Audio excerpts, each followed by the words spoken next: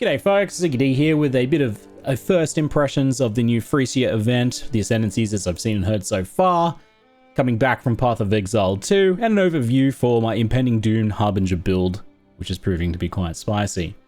So, Phrecia is, at first it's just Settlers, and that's good because Settlers was amazing, and this is improved Settlers. So they've sped up the leveling process a little bit. The town upgrading process is a bit nicer. They've smoothed out some of the issues with like ores and bars and just made upgrading a bit cheaper and a bit faster and nicer. So that progression is a little bit good now. It's an improved version from what you played if you played launch. So, I mean, there's not really too much else to say from that apart from if you didn't play Settlers originally, or if you're new to Path of Exile, having joined with Path of Exile 2 perhaps, then Settlers is a fantastic and very cozy league. I love the music, I love the town, I love the NPCs, I love getting free currency from the ships. And even in the early game, like just sending off random crop shipments is just great. You get like 2-3 chaos worth of random currency every 30-40 minutes passively in the background. What's to complain about that while you upgrade your town? And that is my suggested approach, is just to focus on upgrading your mining primarily and smelting so that you can upgrade the various other things.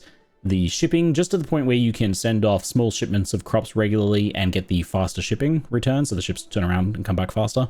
So that's only a few levels into that, and that's, you can just sit on that for a while until you upgrade the rest of your like mining and smelting and things like that. Getting those maxed out is going to be my priority this time around.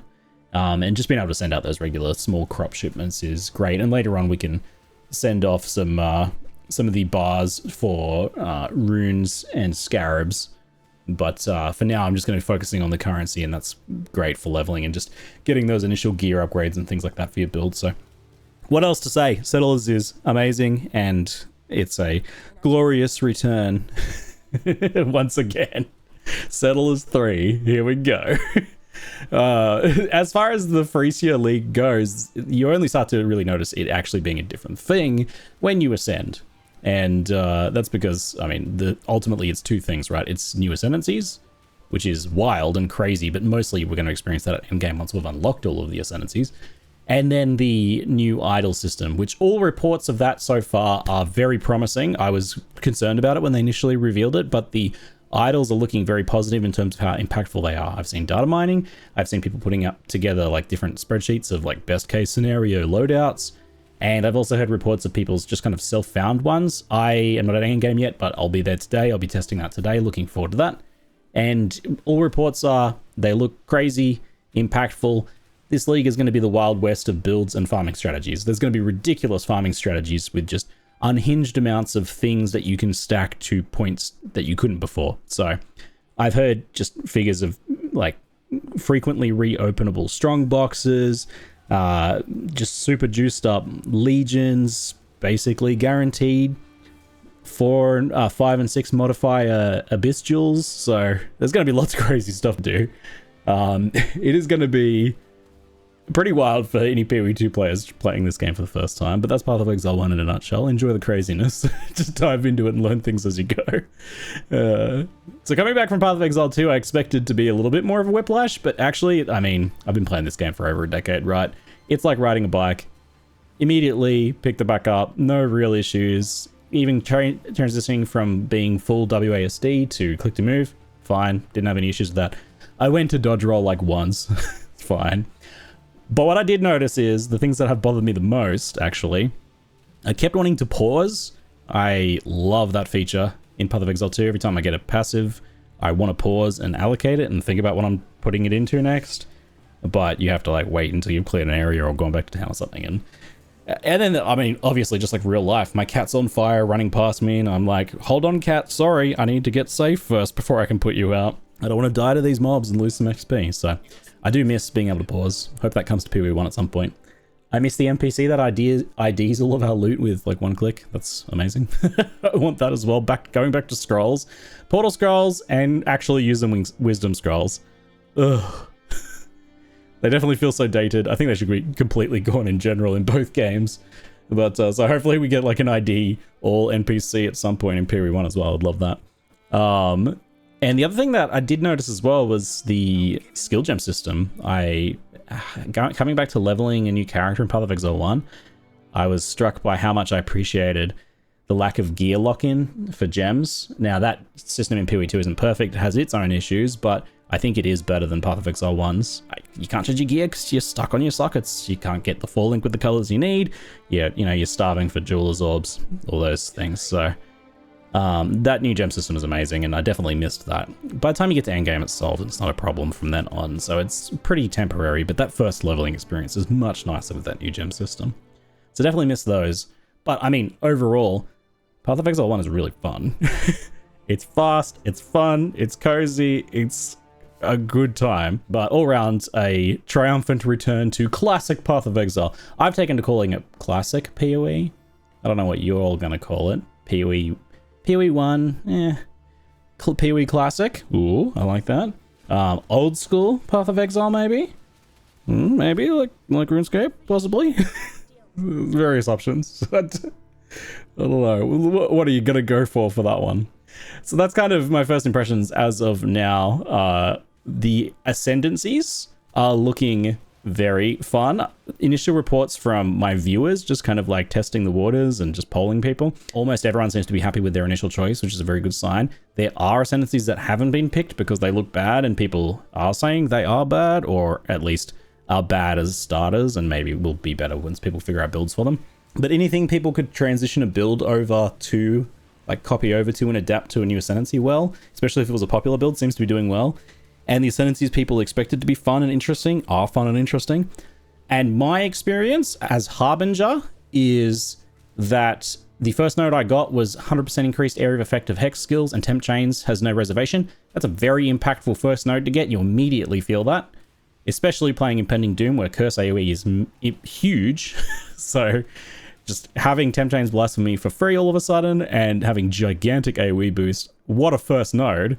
Loved it. Also, I turned blue and started floating. Oh my god, I forgot it literally... Wait. It actually just turns us into a Harbinger all the time. I thought that was like going to be a specific skill or something. It looks so goofy. Okay, so it looked really goofy at first, and it still looks goofy, but now that I've put MTXs on, it doesn't look as bad. It kind of works like this, right? Like, I don't feel... It's still pretty goofy, but it was so bad without MTXs. I was like, oh no, I made a terrible mistake. My character looks so stupid. But I have to say, now that I've actually like played around with the MTXs, I think this is actually really fun. Because this is like... Okay, I need to get rid of this golem for a second, though. This is like a customize all of your existing MTXs bonanza. It's super fun because any MTX you already have changes with this, right? So the only time this doesn't work is in town, but in your hideout and in here, Kingsmarch, and any map, you look like this. You look like a Harbinger. That's very fun because you can take any armor and combo it with the Harbinger effect, and it looks sick. It's awesome. Even some of the old ones that don't look very good because the textures are bad. The textures are overridden by these effects, so you actually just get like cool glows and interesting shapes you can play with. So it's actually kind of sick. Also, you can do some pretty interesting things with some of these ones that like have different colors. So like fire ones, for example, you look like a burning Harbinger. I'm like, oh, that's pretty cool, but it's still blue. So all of your MTXs match. Oh my god, it's amazing. It really makes me want them to do some sort of like retinting system where we can choose colors for our MTXs. Like some sort of color grading customization would be amazing. Because I so often I've been trying to like color match things, and it's like, oh, the greens are really different. It doesn't look good together. It's like, oh, I wanted to put these two armors together, whatever, this armor and this helmet, but it doesn't work because the colors don't match. But here I'm like, sick. Look, it's still blue, but if I want to play like a fire Harbinger, I can be a freaking fire Harbinger. This is maybe an odd thing to go on a rant about and to gush about like this, but I think it's pretty sick, right? I think it's really cool. Look how cool we get, like you get the orange glowy effects, but all of the regular textures are retextured to Harbinger effect. So yeah, the floating looks a little goofy, but once you put some MTXs on and get some like trailing streams from your weapon effects and things, you start to look like some sort of otherworldly alien Harbinger thing, which is pretty cool. So that just happens when you get the first node. It's not any skill or anything in particular. It just happens. I love mixing the glows and just kind of seeing how those things work. Oh, look, purple from the prophecy one. Oh my god, this is the best the prophecy armor's ever looked. This looks, it does not look this good normally. Let me go to town. That's how cool I look, you know, in zones, and this is what I look like normally. Yeah. So yeah, I've had fun with the MTXs, maybe a bit too much fun, obviously. Oh yeah, I gotta show you this one, the Frost and Cold one. Not that good looking, kind of cute, pretty dated. But we go into Harbinger mode. Oh, baby. So sick. So sick. If I was playing some like fire conversion build or something. Oh yeah. Cool. It's like two-face Harbinger armor. Amazing. Amazing. So reports have been really good as well about the various Ascendancies. We have kind of PoE Ninja initial data as well as to what people are playing. So we can take a look at, and I love how like Shadows just barely making it into the top ladder right now, unascended Shadows. So some of the ones that are going to take a bit more figuring out because they kind of disable a lot of regular builds, like Behemoth, for example, which disables spells. I think there's probably going to be some good builds for them, but they're really hard to put existing builds over, so their play rate's really low. People who are playing them right now are having a hard time. So some of these are pretty expected. I didn't expect Gambler to be very popular. Indeed it is not. I kind of thought Aristocrat would be more popular, but maybe that'll be more popular down the line. But a quick overview of these. If you're not familiar with PoE Ninja, you can use this to look through each of these different, this is just what people are playing, right? Like what the top X thousand people are playing. So if we click one, Blind Prophets are playing Lightning Strike. Or Val Lightning Strike, so Lightning Strike. So that's very popular. That's the most popular. But there's a pretty good mix at the top. Anything around this point is statistically significant. Around here, it's like very small and kind of mixed builds. But there's a pretty good mix here. So we're seeing Lightning Strike, Blind Prophets. We're seeing Scavengers of a few varieties. Power Siphon, hearing extremely good things about that. Power Siphon Mines, it seems to be. Apparently very strong, insanely good leveling, lots of damage, good fun. But we're also seeing Hex Blast, Righteous Fire, Poisonous Concoction. I think Fire Traps from Righteous Fire builds. So that's like 4 builds right there that people are playing, and seemingly I've heard good things about all of them. So it seems like Scavenger's popping off and has a lot of really good builds that is popping off in that. Whisperer, we're seeing Lightning Arrow, but also some Kinetic Blast, Storm Rain, that sort of thing. Probably some, I don't know if the Power Siphons there is Mines as well, or if it's like a self thing, not entirely sure, but it seems like a pretty good mix there, but that's where your bow characters seem to be mostly gravitating.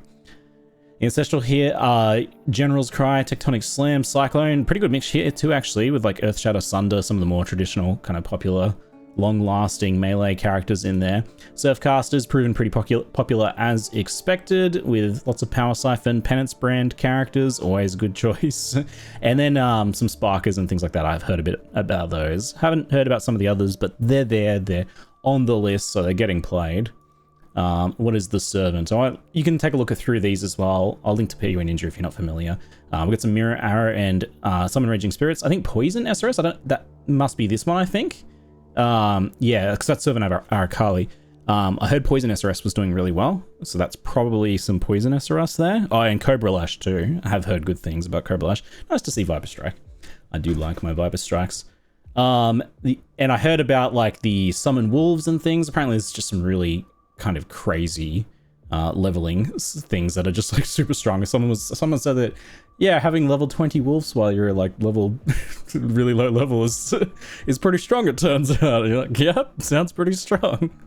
Where's so Harbinger's actually pretty low on the list here, but my initial impressions of it are very good. It's just kind of a somewhat niche pick of a skill right now. I think Impending Doom got nerfed like some time back, and people assume it's bad, but it's actually been very good in 3.2.5 as well. It's been pretty popular and strong there. That's part of the reason why I decided to play it this time. Haven't played it before, but it looked really good in 3.2.5. So I'm finally getting around to playing it now on the Harbinger, and I'm thinking it's looking very promising. But it looks like we're seeing Hex Blast here as well, which is kind of like an alternative curse-based choice.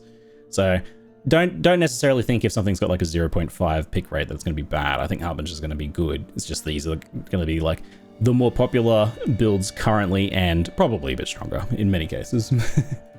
I'll give you a look at the leveling and my build so far, in case you are interested.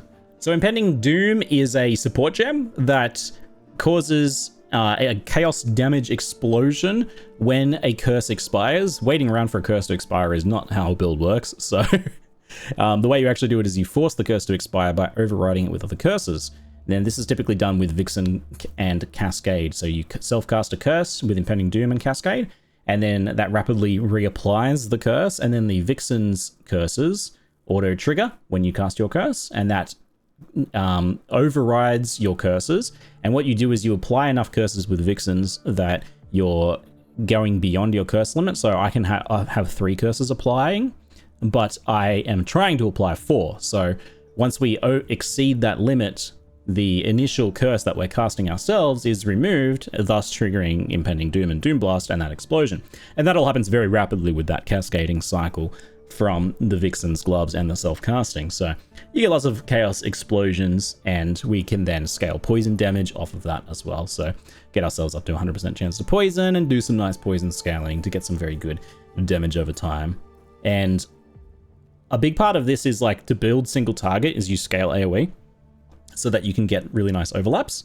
Once you get enough AoE, I believe 4.8 meters is kind of the gold standard goal that people try to aim for, which is very easy to do with this Ascendancy due to 100% increased Hex AoE. Very nice. Once you get to 4.8 meters, you can guarantee overlaps 3 times wherever you're aiming. But it's actually easy to do that even without that much AoE. At like 4.4 or 4.5 meters AoE, you will overlap pretty consistently on most targets, because enemies are bigger than like 1 pixel. They're wide, you know, they are multiple units wide, especially any larger bosses or anything. And as a result of scaling this AoE to get the overlaps with Cascade for single target, you also get screen-wide AoE for everything else. So that is, in addition to the fact that curses are so fast to cast, very nice for clear. It feels amazing. You cast so fast, you hit the entire screen and blow everything up, and oh my lord, very nice. But I have to say, there is some hiccups. So there's been some times during the leveling process where I was like, this build is a roller coaster of emotions. It is pretty mana hungry when you first go into it. If you jump in at level 31, the earliest you can, to Impending Doom. Even before you have Vixens, you can do it with Cursed Ground.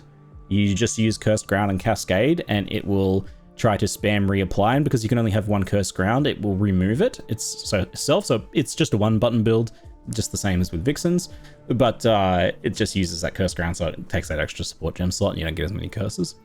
But that is effective, but it is mana hungry. And the problem is, before you get all that AoE, you have a situation where quite often you're only getting a single trigger, unless you position well. So if you take a look here at me casting, I've got the big AoE now where like you see the 2, like the 2nd and 3rd ring are basically touching each other. So any target standing there is going to get hit by both of those as well as the middle one. So 3 hits, right? When you have smaller amounts of AoE, those are a bit further apart, so it's harder to get the 3 overlaps. But quite often you'll still get 2 if the enemy is off-center to your cursor. So if this is the enemy and I cast here, you'll see that it's always getting hit by the 2. But the problem is some enemies are moving around, and when your AoE is a bit smaller, or you're kind of like maybe positioned a little awkwardly, then you can have some trouble with that. So if the enemy is here and I'm trying to cast here, I can do it there. So you want to aim like just behind the enemy, or if you're a bit further away, you want to aim just before them. And that helps. And then sometimes indoors, you actually do get your 3 triggers and your damage feels amazing. But the result of all of this was that sometimes you're doing 1/3 of the damage, and other times you're doing 3 times the damage. So, in addition to being pretty mana hungry and a little bit awkwardly geared, I was having experiences where, like, in one zone, I felt like a god. I was like, oh my god, this is an amazing leveling build. And then, like, I was fighting Malagaro, and I did, like, a 6-portal Malagaro fight in the campaign. Malagaro is, like, I think kind of chaos resistant, but he's also really small and does a ton of damage. And I was trying to use Mind Over Matter at the time, which we don't actually want to use until much later on. So I went through the pain so that you don't have to. If you follow, like, my path of building and suggestions, you'll have a much smoother experience than I did. I learned the lessons the hard way, but Malagaro was so much suffering. So I definitely had some Very painful leveling times. Honestly, if you just level Hex, what is it? Bane with curses to deal chaos damage over time, and Blight, then you'll actually have a pretty smooth leveling experiences. That is a fine leveling setup. You could do that until like level 50 and then swap over to Impending Doom, and that would work just fine. But I think you could swap in the mid 30s to early 40s as well, and have a pretty comfortable experience if you learn from some of my lessons. But there will potentially be a few more bumps in that kind of 30 to 45 level range where I had a few very awkward moments. I'll tell you what though, I've never had a build that's been so like varied in terms of being amazing 1 minute and so terrible the next. It's like, I'm clearing amazing. Oh my god, I did so much single target. And 6 portals to kill Malagaro. So, it was definitely a roller coaster of emotions. But I have assembled some very nice notes for you here in Path of Building. You can see I've put in together how it works, how we solve the mana problems, the various leveling milestones, so what we use in the lower levels here. I haven't done those in the skill list, but those are listed here using just a kind of standard chaos damage over time leveling package of Blight, Contagion, Essence Drain. I'll add a couple notes about low level gear as well here actually, since I forgot to do that. And then transitioning to Bane later feels amazing. So Bane, Blight, really good leveling, honestly, love it. And then, yeah, so some awkwardness potentially for Impending Doom, but you can swap 31, you can get Vixens at 36, you can use the Cursed Ground before that, but Vixens are actually really cheap. My Vixens only cost 4C, they're much cheaper now. They're just kind of common and niche, so they end up being pretty cheap pretty quickly. And there, you definitely want to switch to those as soon as you can. Apep's Rage, as soon as I equipped that, my damage more than doubled, and I was absolutely giga blasting everything by that point. The only thing I still had issues with was I was still running out of energy shield / mana a bit. We use Eldritch Battery because curses are mana hungry and very fast, so we blast. Like, it's really hard to build enough mana to keep up with this. But as you can see, with Eldritch Battery, we can do it very comfortably. And once we get to the point where we're sustaining enough energy shield recovery, this is without leeching, by the way. When we're actually leeching and killing enemies, we get way more. And if we're in the presence of a rare or unique, we can also use these modifiers on belts too to get even more energy shield regen. So we get a lot there. But once we get enough that we are very comfortably sustaining, we can also use Mind Over Matter to use this energy shield as energy shield again. So we can not just have 2k life, but, you know, actually have 4k effective right now. And keep that up very reliably too. So that works really well, but it just takes a while to kind of get going. When I equipped Dendrobait, that was when I felt really comfortable. So I picked up Dendrobait at level 59, and at that point, I had no more energy shield problems. Equipping Leper's Arms and getting even more later on was really good. There are some things you can do to supplement your energy shields. So you want to consider getting this once you're running Grace and have some nice evasion gear. This gives you a nice regen boost every 4 seconds just to top you up based on your evasion, which ends up being pretty high. I've got like 7,600 here on the recent exports, so it's 1% of that's like 76 energy shield little burst kind of regen every so often. Ends up being more impactful later on as we get more and more and get aura effect and things like that. You can end up dropping it later on once you get like the belt craft and things. It's kind of a supplemental thing at first. There is some extra stuff you can take advantage of, like there's some energy shield leech here, but with Vixen's leech it's kind of unnecessary. And we have access to energy shield regen here on this mastery, so I would probably keep that one and drop this one eventually maybe. But lots of options for dealing with it there. High priority is to get lots of AoE so that you can have that 4.8 meters eventually. I'm at 4.7 here. You get the rest basically just by leveling the gem. So as elemental weakness goes up levels, we'll hit 4.8 at level 18, so that's great. That's the goal. But like I said, even now with the amount we have, 4.7, it's basically overlapping when they touch enemies like this. So they overlap anyway. So it just makes it easier if the enemy's moving around effectively. So that's working very nicely. So in terms of the Ascendancy class, we take this node, Haxix Jonxix, I'm pretty sure it's pronounced, if I pronounced it too accurately, I'm pretty sure the universe explodes, so we don't do that. The AoE is obviously incredible for this. It's hard to get that much AoE otherwise. So it gets you to that 4.8 goal without needing like level 20 gems and expensive anointments like Skittering Runes, for example. It's like super expensive. Double silver and opalescent, it's too expensive. So without needing any of that, we get that huge AoE and Temporal Chains as a free Blasphemy effect. Now, that's kind of interesting because normally these builds don't run Temporal Chains Blasphemy. They usually manually cast it to take advantage of a jewel that gives cooldown reduction. But we get a lot of cooldown reduction from this. Later on, we get 40% here, which is heaps. So we don't need to do that, but it does mean that we can take advantage of Blasphemy Curse Aura, which means it slows enemies that come to us. We don't have to cast on them first. Really nice. Also extends duration of any poisons around us as well without us having to kind of like apply that curse. Really good stuff. The thing is, it means we kind of do some slightly weird things here. So in order for Impending Doom to trigger, we need to exceed our maximum cursed count. And we ideally want our good curses to be applying. So that's Punishment for the increased damage taken and Debilitate. Despair for reduced chaos resistance. Enfeeble to make enemies weaker. And of course, Temporal Chains from the Blasphemy. We want all those to apply. Now that's 4, which is kind of more than we want, but there is a reason for that. And then I'm also using Elemental Weakness. Kind of weird, I know. Bear with me for a second. So, we have 3 max curses. Whispers of Doom plus Vixen gets us there. So we're either always applying Despair, Punishment, and Enfeeble, or if the enemies are close to us, Temporal Chains, and then some combination of those other ones. Now, it's a little bit strange and inelegant, and I'm also using Elemental Weakness, but you'll notice when I'm actually fighting enemies that Elemental Weakness is never applying to them, if the enemies are living long enough, that is. And that's because in this first slot, this is the one that seems to get overridden and not stick around. I kind of moved all the curses around. And when I had Enfeeble in this slot, Enfeeble would never apply, and I'd always have Elemental Weakness, even if it was the one I was manually casting. So the one you're manually casting stays on, and then the ones in the later slots on Vixens stay on. But this first one that triggers, there's some weird timing with the triggers. This is just here to basically spam a curse that then like gets overridden and causes the cycle to trigger, whilst still ensuring that our good curses stay on there. And so why don't we just have like one less though, and not use this, and because we've got the just like temp chains thing, right? The problem is, like, if an enemy is outside of your Temporal Chains Blasphemy radius, you won't actually ever trigger Impending Doom if you're exactly right with the curse limit here. So you kind of have to do this weird thing where you have 4 good curses and then an extra one. Otherwise, you either miss one of the curses you want, or you can't trigger on enemies out here. So it's a little strange, but I feel like this is the case for this build. A lot of people who play this build just don't understand how it works. I'm one of those people. Don't really get why this is the case, but if you do what I've done here, it works, okay? I don't know, I don't get it, but if it works, it works. That's the main thing in the end, isn't it? So yeah, that loadout is rather important, but we want to have Elemental Weakness there, or any other throwaway curse we don't care about.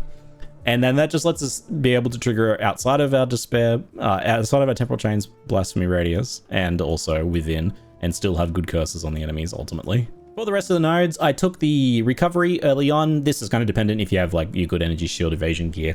You might not need this right away, but we'll take cooldown recovery next. And the reason why I went for this one first is you kind of don't need that cooldown recovery initially.